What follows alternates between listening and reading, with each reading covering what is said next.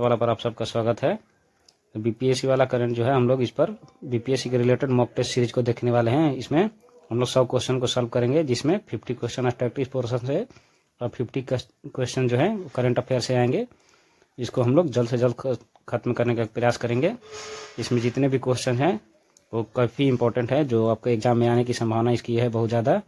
इसमें 50 क्वेश्चन जो है करंट अफेयर की वो एडुटेरिया से लिया गया है, और बाकी जो 50 क्वेश्चन स्टैटिस्टिक्स जो है पोर्शन ये रुकमनी पब्लिकेशन से लिया गया है। तो इसको हम लोग देना करते हुए चालू करते हैं और एक एक क्वेश्चन को जल्द से जल्द सॉल्व करने की कोशिश करेंगे।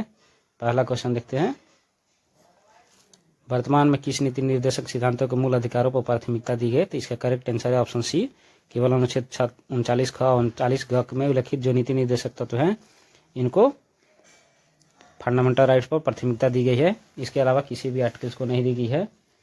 और इसके बात करें तो 39 ख के अंतर्गत जो है सार्वजनिक धन के स्वामित्व तथा नियंत्रण इस प्रकार करना होगा कि सार्वजनिक हित का सर्वोत्तम साधन हो सके। 39 ग में धन के समान वितरण से संबंधित जो प्रावधान है उसके बारे में बताया गया है। 36 से लेकर 51 यानी भाग 4 में नीति निर्देशक सिद्धांतों का उल्लेख किया गया है। इसका जो है भारतीय संविधान निर्माताओं ने आयरलैंड के संविधान से इसको प्राप्त किया था। आयरलैंड में इस संविधान को स्पेन के संविधान से इसको ग्रहण किया गया था। ग्रेनविल ऑस्टिन जो थे ये डीपीएसपी को मौलिक अधिकारों के संविधान की मूल आत्मा कहा था, यानी फंडामेंटल राइट, और डीपीएसपी को इसकी मूल आत्मा के रूप में ग्रेनविल ऑस्टिन ने बताया था। नेक्स्ट क्वेश्चन नंबर 2, आत्मनिर्भर हस्तशिल्पकार योजना किस मंत्रालय के अंतर्गत प्रारंभ की गई? तो इसका करेक्ट आंसर ऑप्शन डी, पूर्वोत्तर क्षेत्र विकास मंत्रालय। इस योजना के तहत जो है पूर्वोत्तर क्षेत्र के विकास मंत्रालय ने पूर्वोत्तर क्षेत्र के कारीगर जितने हैं इनको योजना के द्वारा लाभान्वित किया जाएगा। इसमें 8 राज्य आते हैं, जिसमें 7 सिस्टर जो बहन आती हैं, उसके अलावा एक सिक्किम राज्य को लाभान्वित होंगे। नेक्स्ट क्वेश्चन नंबर 3, निम्नलिखित में से कौन से पंचायतों की वित्तीय स्थिति की पुनर्विलेखन करने के लिए राज्य वित्त आयोग का गठन करता है? तो इसका करेक्ट आंसर है ऑप्शन सी, संबंधित राज्य के राज्यपाल जो है इसका गठन करते हैं। भारतीय संविधान का अनुच्छेद 243 आई और अनुच्छेद 243 वाई में इसका प्रावधान किया गया है, जो राज्यपाल के 73वें 74वें संविधान संशोधन के द्वारा जो 1992 में आया था उसके लिए ये तैयार किया गया है। और 1 वर्ष के लिए ये वित्तीय आयोग का गठन का प्रावधान है, जिसका जो है 1 वर्ष के भीतर कर देना चाहिए। मतलब जो 5 वर्ष की समय अवधि होती है वित्त आयोग की, इसके खत्म होने के 1 साल पहले इसको गठित कर दिया जाना चाहिए। वित्त आयोग का जो गठन का प्रावधान है अनुच्छेद 280 के अंतर्गत किया गया है, जिससे अगर केंद्र में बात की जाए तो ये 5 साल के लिए राष्ट्रपति द्वारा किया जाता है। यह पंचायतों और नगर पालिकाओं के जो वित्तीय स्थिति का होता है उसका पुनरावलोकन करता है। नेक्स्ट क्वेश्चन नंबर 4, भारत के संविधान के निम्नलिखित संशोधनों में से किसके द्वारा भारतीय नागरिकों का मूल कर्तव्य निर्धारित किए गए हैं? तो इसका करेक्ट ऑप्शन सी, 42वां संशोधन अधिनियम। ये जो है मूल कर्तव्य जो है स्वर्ण समिति के सिफारिश पर 42वें संविधान संशोधन द्वारा 1976 में लाया गया था। और इसका अनुच्छेद की बात करें तो 51 क में इसका उल्लेख किया गया है। 41वां जो संविधान संशोधन है, जिससे लोकसभा आयोग के सदस्यों का अवकाश ग्रहण करने के लिए जो आयु है वो बताया गया है, जो 60 वर्ष की जगह पे 62 वर्ष कर दी गई थी। 43वां संविधान संशोधन अधिनियम जो है 1978 में आया था, जिसमें जुडिशियल रिव्यू का सर्वोच्च न्यायालय की जो शक्ति है उसको प्रदान किया गया था।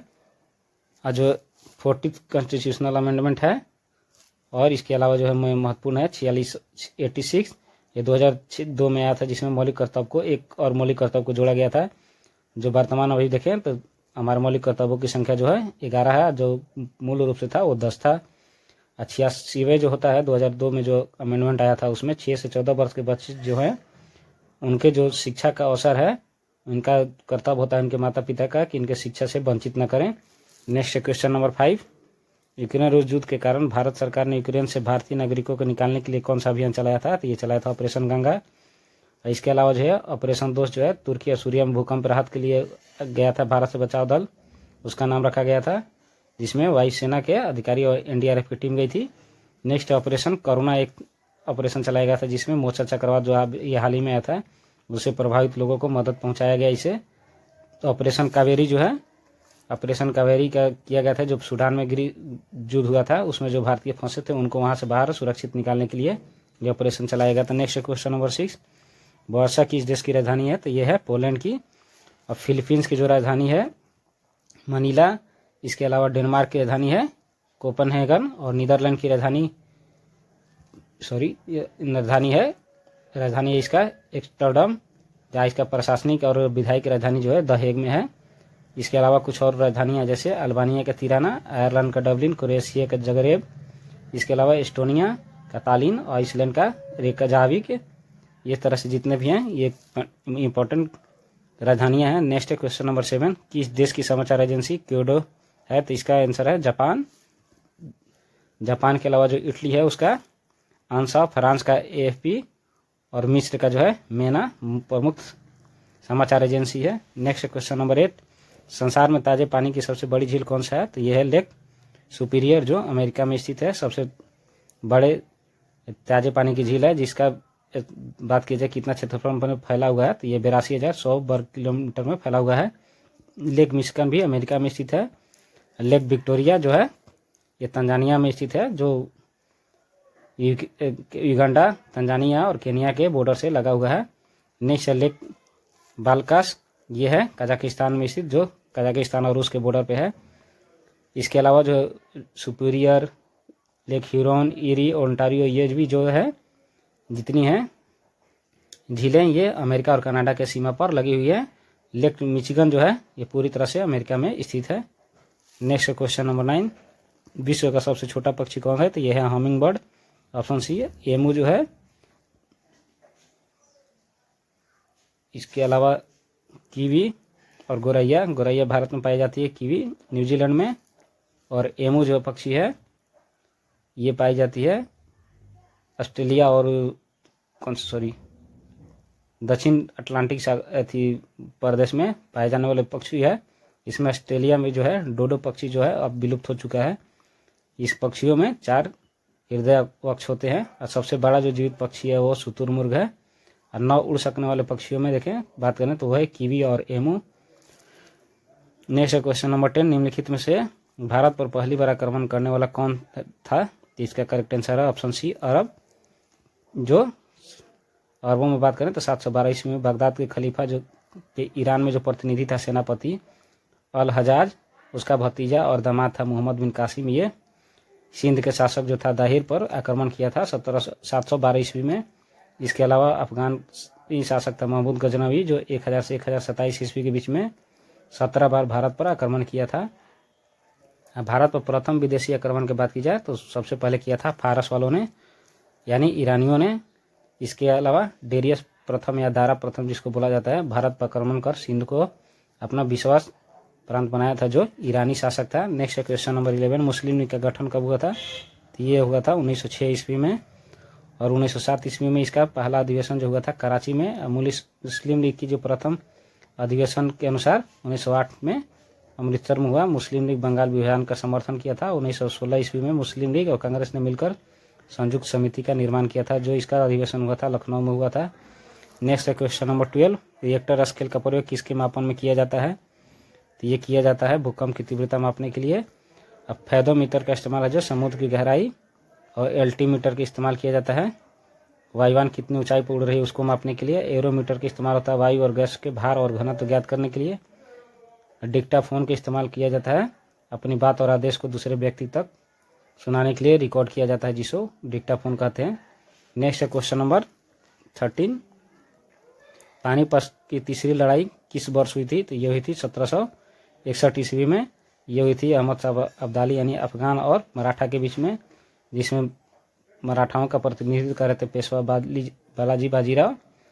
अब पहला पानीपत का युद्ध हुआ था बाबर और इब्राहिम लोदी के बीच में 1526 ईस्वी में। और उसके अलावा जो दूसरे 1539 ईस्वी में जो है चौसा का युद्ध हुआ था हिमायू और शेरशाह के बीच में, ये भी काफ़ी इंपॉर्टेंट है।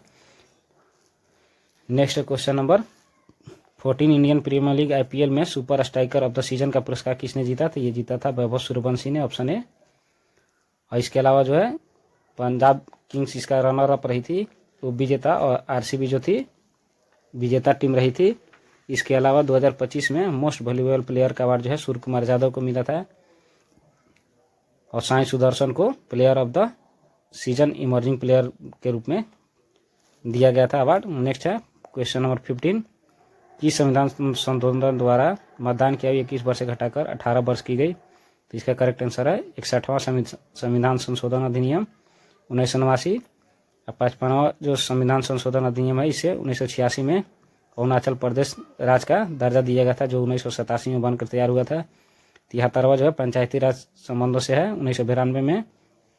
84 संविधान संशोधन अधिनियम 2002 लोकसभा और विधानसभा का परिसीमन के लिए, जिसमें लोकसभा और विधानसभा के निर्वाचन क्षेत्रों का गठन किया जाता है। नेक्स्ट है क्वेश्चन नंबर 16, निम्न में से कौन सा ग्रह पृथ्वी से निकटतम दूरी पर स्थित है? तो ये है शुक्र, और ये सबसे गर्म ग्रह भी है। ये सूर्य की परिक्रमा 88 दिनों के अंदर लगा लेता है।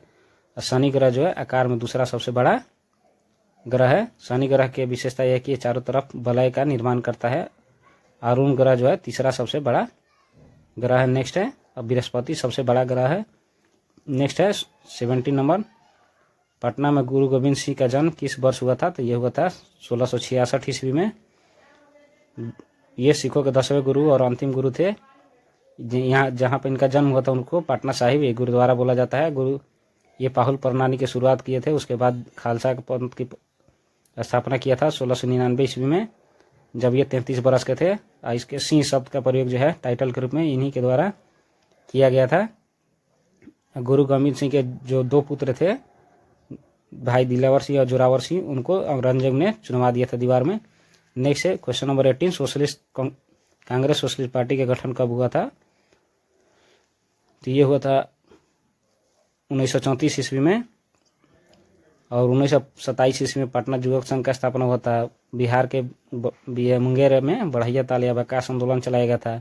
इसका जो नेतृत्व करता थे कार्यानंद शर्मा थे। 1929 में सोनपुर में बिहार प्रांतीय किसान सभा की स्थापना की गई थी, जिसका अध्यक्ष स्वामी सहजानंद और श्री कृष्ण जी इसके सचिव थे। बिहार प्रांतीय किसान सभा के सचिव कृष्ण सिंह और इसका अध्यक्ष जो सहजानंद सरस्वती थे। नेक्स्ट क्वेश्चन नंबर 19, बिहार के पटना में 16 अप्रैल 1930 के नमक सत्याग्रह का नेतृत्व निम्नलिखित में से किसने किया था? तो ये काफ़ी इंपॉर्टेंट है बिहार से रिलेटेड क्वेश्चन में। इसका आंसर है अंबिका कांत सिंह। ये नमक सत्याग्रह के नेतृत्व करता थे पटना में। ये जो नमक सत्याग्रह हुआ था 16 अप्रैल 1930 को पटना में हुआ था। इसका जो साइमन कमीशन जो था 1928 में 12 दिसंबर को पटना आया था। अब बिहार में नमक सत्याग्रह का सर्वप्रथम जो है चंपारण और सारण में शुरू किया गया था। चंपारण में नमक सत्याग्रह का नेतृत्व जो है बिपिन बिहारी वर्मा ने किया था।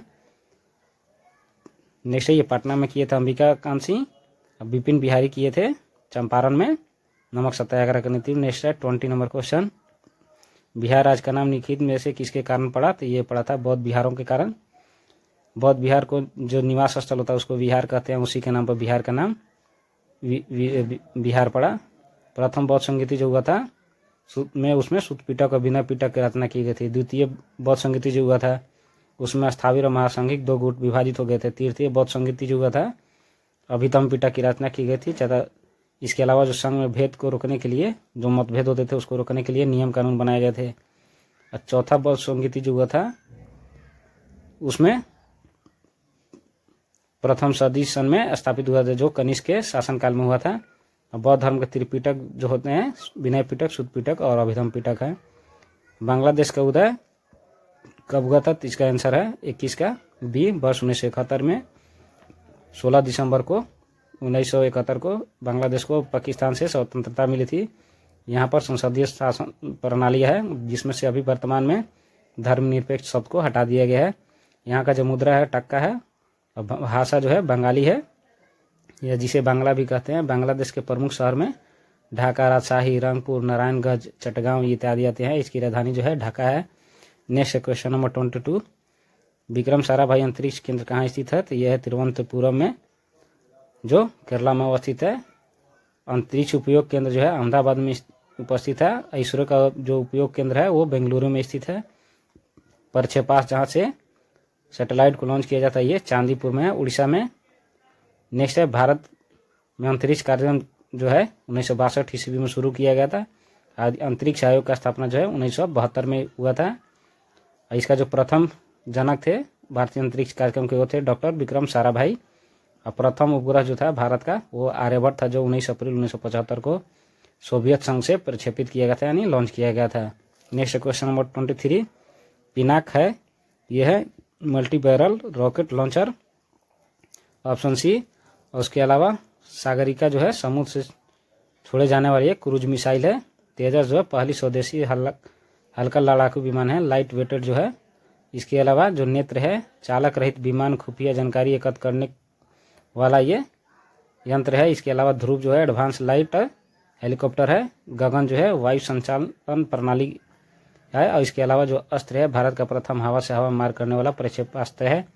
और प्रथम चालक रहित विमान जो है भारतीय विमान, उसका नाम है लक्ष्य, अभी जो 2027 में होने वाला है। नेक्स्ट क्वेश्चन नंबर 24, ज्ञानपीठ पुरस्कार किस क्षेत्र में विशेष योगदान के लिए दिया जाता है? तो ये दिया जाता है साहित्य के लिए। इसके अलावा जो महत्वपूर्ण अवार्ड है उसको देख लेते हैं। ज्ञानपीठ पुरस्कार में 11 लाख रुपए की राशि दी जाती है। और जो 2025 के विजेता रहे हैं विनोद कुमार शुक्ल रहे हैं। ऑस्कर पुरस्कारों की जो शुरुआत हुई थी 1929 में, मैन बुकर के 1969 में, पुलित्जर 1917 में। पाल्मे पुरस्कार जो है लोकतांत्रिक मूल्यों के वृद्धि के लिए दिया जाता है, जो लोकतांत्रिक मूल्यों को जो बढ़ाते हैं उनके लिए। ये स्वीडन के पूर्व प्रधानमंत्री थे पाल्मे, उसके नाम पर दिया है पाल्मे पुरस्कार। नेक्स्ट है कलिंग पुरस्कार, जो 1952 ईस्वी में शुरू किया गया था। ये पुरस्कार यूनेस्को द्वारा विज्ञान के क्षेत्र में जो समर्पित कार्य करते हैं उनको दिया जाता है। नेक्स्ट क्वेश्चन नंबर 25, भारत में पहली बोलती फिल्म थी, तो ये थी राजा हरिश्चंद्र, आलम आरा। पहली बोलती फिल्म थी आलम आरा, जो 1931 ईस्वी में रिलीज हुई थी। इसका जो अभिनेत्री थी जुबेदा बेगम थी। भारत में हिंदी फिल्म जो पहला स्टार्ट हुआ था वो हुआ था 1913 में, राजा हरिश्चंद्र। दादा साहब फाल्के को भारतीय फिल्म का जनक माना जाता है। दादा साहब फाल्के पुरस्कार का जो शुरुआत हुआ था 1969 ईस्वी में हुआ था। नेक्स्ट क्वेश्चन नंबर 26, निम्नलिखित में से नृत्य का शास्त्रीय रूप कौन सा है? तो ये है मणिपुरी जो है नृत्य का शास्त्रीय रूप है। नेक्स्ट है इसके अलावा जो 3 लोक नृत्य हैं, जैसे असम में बिहू, बिछुआ, खेल, गोपाल, ने पश्चिम बंगाल में बाउल, जतरा, जम्मू कश्मीर में राऊ और हिकात। इसके अलावा हिमाचल प्रदेश में छपेली, चंबा, लक्षद्वीप में परिचाकाली और कोलकाली जो है ये प्रमुख नृत्य हैं, लेकिन ये शास्त्रीय नृत्य नहीं है। शास्त्रीय नृत्य मणिपुरी है। नेक्स्ट है 27 नंबर, अंतर्राष्ट्रीय मुद्रा कोष की स्थापना किस सम्मेलन से हुई थी? तो ये हुई थी ब्रेटन वुड्स सम्मेलन से, जो 1945 में अमेरिका के वाशिंगटन डीसी में हुआ था, जिसमें जितने भी अंतर्राष्ट्रीय मुद्रा कोष के सदस्य थे अल्पकालिक ऋण देती है। ये जो IMF है जिसके सदस्यों को अल्पकालिक ऋण देती है, उसके अकॉर्डिंग डेवलपमेंट का जो मुद्दा है वो उठाती है और उस पर टर्म एंड कंडीशन अप्लाई करती है। रेड क्रॉस की जो स्थापना है 1863 ईस्वी में किया गया था, जिसका मुख्यालय जेनेवा में है। एमनेस्टी इंटरनेशनल का जो स्थापना है 1961 ईस्वी में हुआ था, जिसका मुख्यालय लंदन में है। ये काफ़ी इंपॉर्टेंट है एमनेस्टी इंटरनेशनल, ये बार बार पूछा जाता है। नेक्स्ट है क्वेश्चन नंबर 28, 11 मई 2025 को ब्रह्मोस मिसाइल के यूनिट का उद्घाटन कहाँ किया गया था? ये किया गया था उत्तर प्रदेश में, लखनऊ में, 11 मई को किया गया था। रक्षा मंत्री राजनाथ सिंह ने किया था ये। नेक्स्ट है क्वेश्चन नंबर 29, ललित कला अकादमी की स्थापना किस वर्ष की गई थी? तो ये की गई थी 1954 में। ये इसका हुआ था। इसके बाद भारत रत्न का पुरस्कारों का शुरुआत भी 1954 में ही किया गया था। 1947 से परमवीर चक्र दिया जा रहा है। नेक्स्ट है भारतीय संविधान के निम्नलिखित अनुच्छेद में से किस अंतर्गत विधान परिषद की स्थापना या समाप्ति का उल्लेख किया गया है? तो ये किया गया अनुच्छेद 169 के तहत, जो भाग 6 में है, जो आर्टिकल जो है 168 से 212 तक राज्य विधानमंडल के जितना गठन है, कार्यकाल है, नियुक्ति या चुनाव विशेषाधिकार के साथ उसकी शक्तियाँ को डिफाइन किया गया है। राज्यसभा के सदस्य, विधान परिषद के जो सदस्य होते हैं उनका कार्यकाल 6 वर्ष का होता है, जिसमें 1/3 जो सदस्य हैं प्रति 2 वर्ष पर सेवानिवृत्त हो जाते हैं। राज्यसभा की तरह विधानसभा भी एक अस्थायी सदन जिसे कभी भी भंग नहीं किया जा सकता है। नेक्स्ट है तानसेन किस मुगल सम्राट के दरबार में संगीतज्ञ थे? तो ये थे अकबर के दरबार में। इसके welcome back to our YouTube channel BPSC current वाला। हम लोग अभी तक 31 क्वेश्चन को सॉल्व कर चुके थे मॉक टेस्ट में। इसके अलावा है next 32 number question. Question number 32 है, भारत में उग्र राष्ट्रवाद को उदय के श्रेय किसे दिया जाता है? ऑप्शन है फिरोज शाह मेहता, गोपाल कृष्ण गोखले, बाल गंगाधर तिलक, उपरोक्त में से साबित। इसका करेक्ट ऑप्शन है ऑप्शन सी, बाल गंगाधर तिलक को उग्र राष्ट्रवाद का प्रणेता माना जाता है। ये इनका जो काल रहा था, द्वितीय चरण जो रहा था उग्रवाद राष्ट्रवाद का, उसमें इन्होंने कार्य किया था 1905 से लेकर 1919 के बीच में। बाल गंगाधर तिलक के साथ अन्य जो उग्र राष्ट्रवाद के प्रणेता के रूप में जाने जाते हैं लाला लाजपत राय और बिपिन चंद्र पाल, जिनके ही नेतृत्व में जो है गर्मपंथी आंदोलन का शुरुआत हुआ था। इसके अलावा जो फिरोज शाह मेहता हैं, गोपाल कृष्ण गोखले, ये गर्मपंथी नेता माने जाते हैं, जिनका जो है 1907 ईस्वी में सूरत के कांग्रेस में जो सेशन हुआ था उसमें इनका विभाजन हो गया था, नरमगढ़ और गरम दल के बीच में। इन दोनों दलों के बीच में पुनः समझौता हुआ था जो 1916 के लखनऊ के अधिवेशन में हुआ था, जहां पर कांग्रेस का अधिवेशन हुआ था। इसी में मुस्लिम लोग और कांग्रेस के बीच में भी समझौता हुआ था लखनऊ के अधिवेशन में, जिसका जो अध्यक्षता कर रहे थे अंबिका चरण मजूमदार। इसके अलावा नेक्स्ट है क्वेश्चन नंबर 33, भारतीय संविधान के अनुसार केंद्रीय मंत्री किसकी इच्छा रहने तक पद संभालेंगे? तो ये इसका करेक्ट आंसर है ऑप्शन ए, राष्ट्रपति के। भारत के राष्ट्रपति के अनुसार ये मंत्री के राष्ट्रपति के पद पर प्रसाद पर्यंत अपने पद पर बने रहते हैं। इसके अलावा जो ये आर्टिकल 75(2) में मेंशन है। इसके अलावा अनुच्छेद 53 के में लिखा गया है संघ के कार्यपालय जो है इसकी शक्तियां जो है पूरी तरह से राष्ट्रपति में निहित होती है। अनुच्छेद 54 में है राष्ट्रपति के निर्वाचन संसद के दोनों सदनों द्वारा किया जाता है, जिसमें निर्वाचित सदस्य होते हैं, जैसे राज्य विधानमंडल का सदस्य और जितने भी यूनियन टेरिटरी है उसके निर्वाचित सदस्य। हालांकि जम्मू एंड कश्मीर में इसमें अभी तक पार्टिसिपेशन का कोई नहीं मौका मिला है। नेक्स्ट है अनुच्छेद 56 जिसमें राष्ट्रपति के कार्यकाल बताया गया है 5 वर्षों का होगा। अनुच्छेद 57 में भारत में एक व्यक्ति होगा, चाहे जितनी बार भी हो राष्ट्रपति के निर्वाचन में पार्टिसिपेट कर सकता है और कितनी बार भी निर्वाचित हो सकता है। इस अनुबंध है जो अनुच्छेद 57 के तहत किया गया है।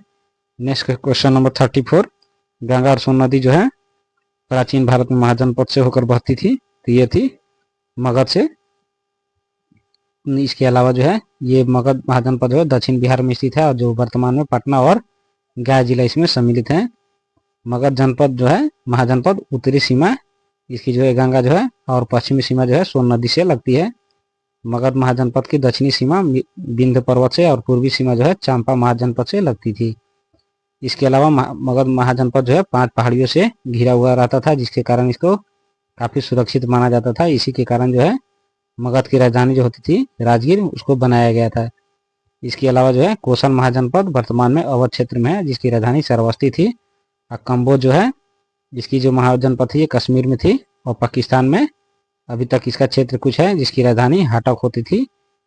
नेक्स्ट है क्वेश्चन नंबर 35, डुरंड लाइन किन 2 देशों के बीच में स्थित है?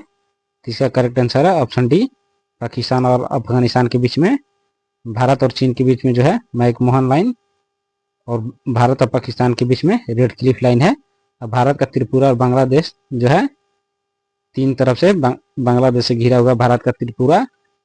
इसके अलावा है भारत का दक्षिणतम बिंदु जो है 6 डिग्री 4 मिनट उत्तरी अक्षांश पर है और अंडमान निकोबार द्वीप समूह जो है एमराल्ड आइलैंड के नाम से जाना जाता है। ये काफी इंपॉर्टेंट है कि एमराल्ड आइलैंड किस नाम से जाना जाता है, तो इसको अंडमान निकोबार द्वीप समूह को बोला जाता है। इंदिरा पॉइंट जो है विषुवत रेखा से 876 किलोमीटर की दूरी पर स्थित है। क्वेश्चन नंबर 36, ऐसी स्थिति जिसमें स्फीति के साथ बेरोजगारी में वृद्धि हो रही है कहलाती है? तो इसका करेक्ट आंसर है ऑप्शन सी, गतिहीन स्फीति। ऐसी स्फीति को जिसमें बेरोजगारी भी नहीं होती, उच्च दर होती है और स्फीति का मान जो होता है इन्फ्लेशन का वो भी उच्च गति से होता है, तो उसको गतिहीन स्फीति कहते हैं। जब किसी अर्थव्यवस्था में मंदी और मुद्रास्फीति दोनों साथ साथ चलने लगती है तो उसको मुद्रा अपस्फीति कहा जाता है, जिसे गतिहीन स्फीति भी बोला जाता है। इसको रेगुलेट किया जाता है FRBM एक्ट जो है 2003 के अकॉर्डिंग। रुपये के पूर्ण परिवर्तन का जो सिफारिश था पहली बार तारापुर समिति के आधार पर किया गया था 1965 में।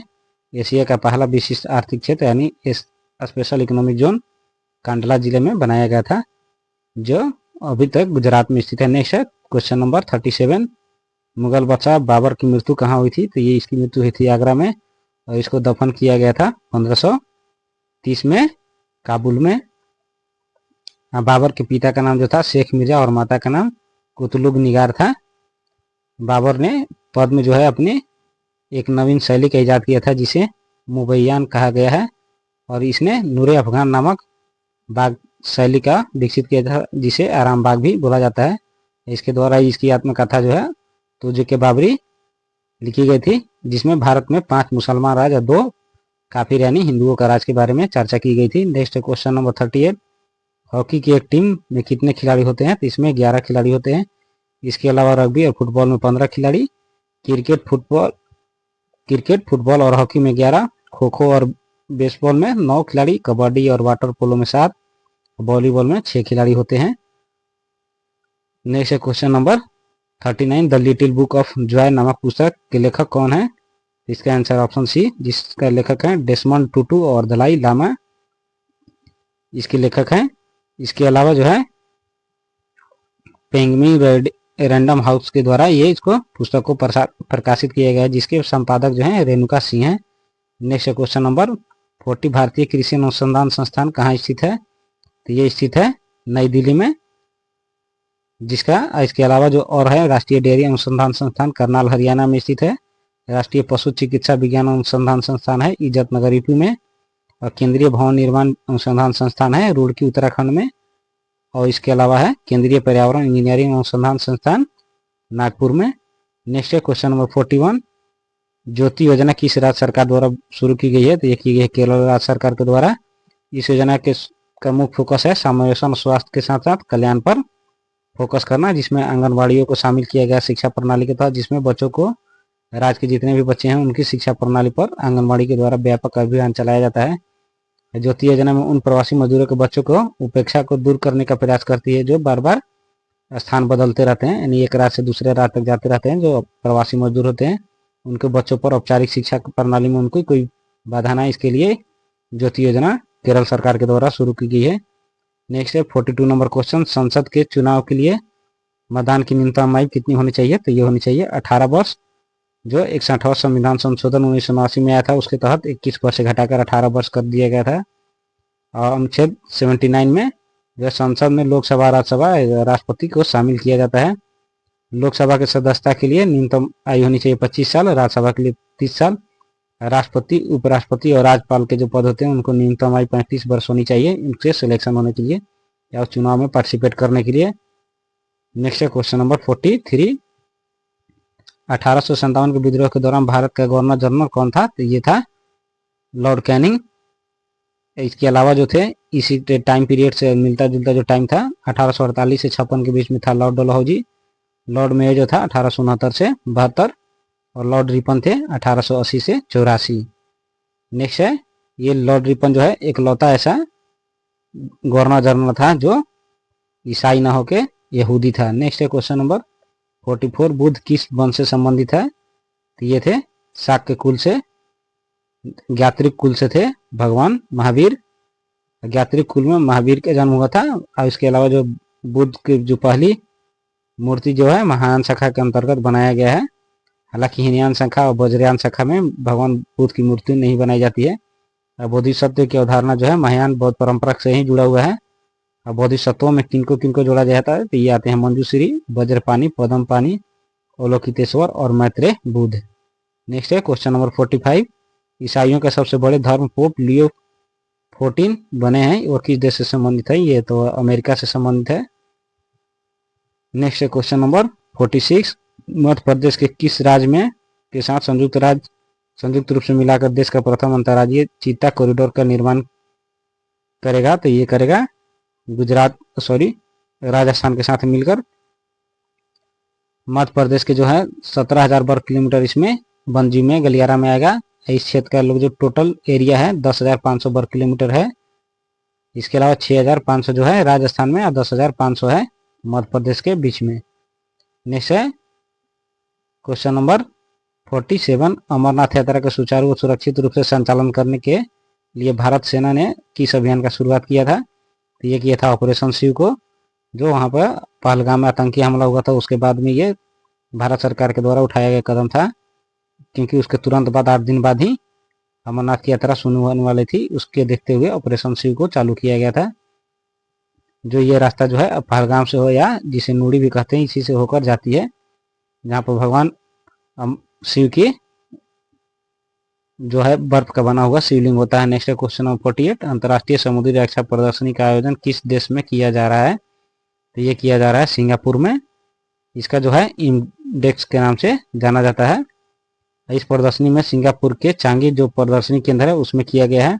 भारतीय नौसेना का जहाज जो है INS किल्टन इसमें पार्टिसिपेट किया था। वर्तमान में सिंगापुर के जो राष्ट्रपति हैं थर्मन शनमुगारत्नम है, जो इंडियन ओरिजिन के हैं। यहाँ की राजधानी जो है सिंगापुर और यहाँ का जो मुद्रा है वो सिंगापुरी डॉलर है। नेक्स्ट क्वेश्चन नंबर 49, हॉर्स अक्षांश भूमध्य रेखा के उत्तर और दक्षिण में लगभग कितने डिग्री पर स्थित है? तो ये है 30 से 35 डिग्री के बीच में जो उच्च वायुदाब क्षेत्र माना जाता है। ये दोनों अक्षांशों के बीच यानी उत्तरी और दक्षिणी अक्षांशों के बीच 30 से 35 डिग्री का जो होता है क्षेत्र, उसमें इसको हॉर्स अक्षांश बोला जाता है। ऐसा इसलिए बोला जाता है कि यहाँ पर जो है पछुआ पवन का और व्यापारिक पवन का पट्टी के बीच में होता है।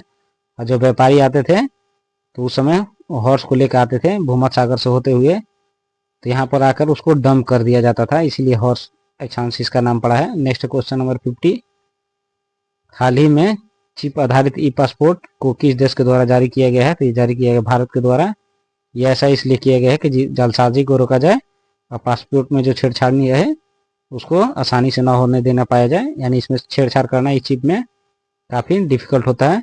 नेक्स्ट है क्वेश्चन नंबर 51, सॉरी इसका तो स्टैटिक पोर्शन समाप्त हो गया। अब है हमारा क्वेश्चन नंबर करेंट से। फर्स्ट, किस राज्य ने वरिष्ठ नागरिकों को दिव्यांगजनों के लिए अपना पहला गृह स्मार्ट टॉयलेट शुरू किया?